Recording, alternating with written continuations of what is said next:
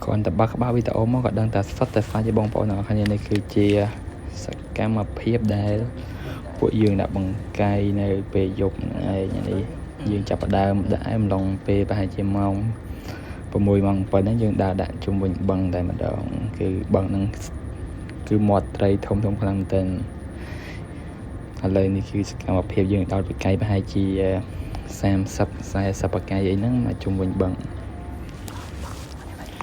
តើទៅស្ដាប់សំឡេង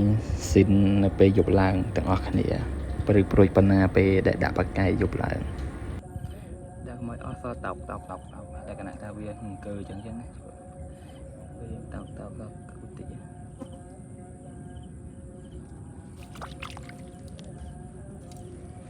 ដាក់គិនព្រៃ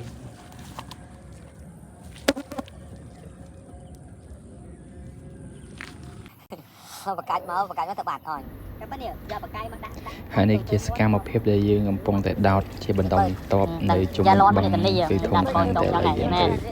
ដោតតទៀតហើយអស់ពីមួយទៅមួយ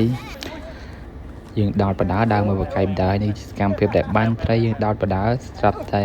យើងដើរមកក្រោយវិញឃើញមាត់ដួងគឺជាប់ត្រីមួយផែជា6ខាំឯងលើកំពុងតែដោះគឺទំនើងខ្លាំងតែបងប្អូនចេញមកសុទ្ធតែសាច់តែម្ដងដូចនេះគឺត្រីធំខ្លាំងតែនៅកន្លែងនេះឡងមកដោហាទៀតតែខាត់អស់នេះអត់ឃើញហៅថាអត់ងាប់ងាក់ដែរនេះអែម៉ែងាក់ខ្លងឲ្យឡតនេះខ្លងទៀតទេអត់ដល់ស្គាល់ឧបនាមិញហើយបើបានហាបាច់ឡតជឺកាងទេចាទងមួយចាអប់ជាប់ចាទងជាប់ចាក់ទៀតចាឡើយចាក់ឈើវាចាក់ខុសហ្នឹងអញវ៉ាំងមកចាខ្ញុំទុកអត់យើងមកមួយហើយឡើយយើងចាប់ផ្ដើមដូរនុយវាដាក់កន្លែងតែហ្នឹងហើយយកវាមកដើរចំទៀតចឹងណាឡើយយើងដាក់បន្តទៀតហើយវីដេអូភាគមួយយើងមើលប៉ុណ្ណឹងសិនចាំមើលចាំ